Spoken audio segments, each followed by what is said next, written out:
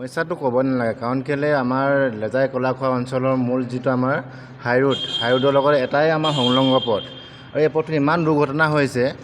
মানে ব্যৱসায় বাণিজ্যৰ পৰা স্কুল কলেজ মেডিকেলৰ পেচেণ্ট ইয়াৰফালে যায় কেতিয়াবা ৰাতি আহিলে আপোনাৰ গাড়ী পাৰ হ'ব নোৱাৰে পেচেণ্টৰ ৰখি থাকিবলগীয়া হয় গতিকে এইটো আমাৰ অঞ্চলত যিমান আছে আপোনাৰ ব্যৱসায়ী মাছ আপোনাৰ শাক পাচলি যিমান হয় এই অঞ্চলৰ পৰাই যোগান ধৰা হয় বজাৰকেইখনত কিন্তু এই অঞ্চলটোৰ ৰাস্তাটো এনেকুৱা অৱস্থা আচলতে বহুত দুৰ্ভাগ্যজনক আমি আহ্বান জনাম আমাৰ ইয়াত দলীয় নেতাসকল আছে মুৰব্বীসকল আছে তেওঁলোকে যাতে এই সমস্যাখিনি আমাৰ সমাধান কৰি দিয়ে আৰু ৰাইজক অলপ সকাহ দিয়ে আমাৰ এই অনুৰোধ অতিকৈ লজ্জাজনক বিষয় লেজাই কলাখোৱা অঞ্চলৰ 55 গাঁৱৰ অন্তৰ্গত এইটো ৰেল গেটৰ তলৰ সুৰংগছোৱা আমাৰ একমাত্ৰ পথ এই পথছোৱা ৰেলৱে বিভাগে কৰ্তৃপক্ষত আমি ৰাইজ তথা বিভিন্ন দল সংগঠনে তেখেতলোকক অৱগত কৰি আহিছোঁ তেখেতলোকে সুচল কৰি দিয়া তেখেতলোকে আজি পৰ্যন্ত সুচল কৰি নিদিলে আমি অসম চৰকাৰ তথা উপায়ুক্ত মহোদয় আমি বিনম্ৰভাৱে অনুৰোধ জনাইছোঁ যে এই ৰাস্তাটোৱে বেপাৰ বাণিজ্যৰ লগতে গৰ্ভৱতী মহিলা আৰু ছাত্ৰ ছাত্ৰীসকল অহা যোৱা একমাত্ৰ পথছোৱা হৈছে এই চোৱা আমি বাৰম্বাৰ তেখেতলোকক দাবী জনাই আহিছোঁ যে আমাক সুচল কৰি দিয়ক কিন্তু আজিলৈকে এই পথছোৱা সুচল কৰি নিদিলে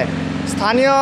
যিজন বিধায়ক হৈছে আমাৰ চক্ৰধৰ গগৈ আজি পৰ্যন্ত তেখেতলোকে এইফালে বাৰম্বাৰ আহিলে কিন্তু আজিলৈকে তেখেতলোকে এই ধৰণৰ পৰ্যন্ত সুচল কৰা ব্যৱস্থা পৰ্যন্ত কাম কৰি নিদিলে তেখেতলোকে যদি এক সপ্তাহ আমি তেখেতলোকক টাইম বান্ধি দিছোঁ তেখেতলোকে যদি এক সপ্তাহ ভিতৰত যদি তেখেতলোকে সুচলময় ব্যৱস্থা গ্ৰহণ কৰি নিদিয়ে আমি লেজাই কলাখোৱা আঞ্চলিক ছাত্ৰ সন্থা তথা ৰাইজে এই পথছোৱা বন্ধ কৰি ৰেলৰ যিকোনো ওপৰে যিটো পথ আছে আমি ওপৰে খুলি দিম আৰু আমাৰ স্পষ্ট কথা আৰু তেখেতলোকে যদি এই পৰ্যন্ত এসপ্তাহৰ ভিতৰত তেখেতলোকে যদি কাম কাজ আৰম্ভ কৰি নিদিয়ে সুচলময় আমি লেজাই কলাখোৱা আঞ্চলিক ছাত্ৰ সন্থাই তথা বিভিন্ন দল সংগঠনে আৰু ৰাইজে একত্ৰিত হৈ জংকী প্ৰতিবাদ কৰিম বুলি তেখেতলোকক আমি স্পষ্ট বাৰ্তা এই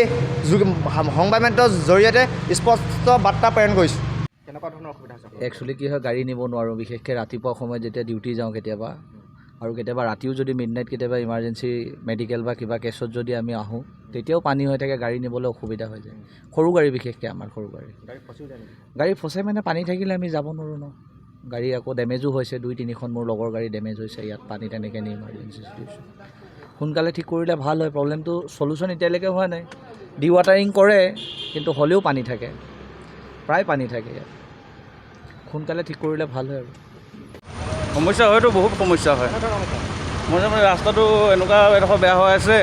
তাৰপৰা গাড়ীখন বহুত কষ্ট পায় আৰু কেতিয়াবা ষ্টাৰ্ট বন্ধ হৈ যায় যাবলৈ নোৱাৰোঁ গাড়ী জাম হৈ যায় বহুত অসুবিধা হয় এই আজি বহুত দিনৰ পৰা হৈয়ে থাকে মাজে মাজে কেতিয়াবা হয় কেতিয়াবা আকৌ ভাল কৰি দিয়ে অকণমান আকৌ হৈ যায়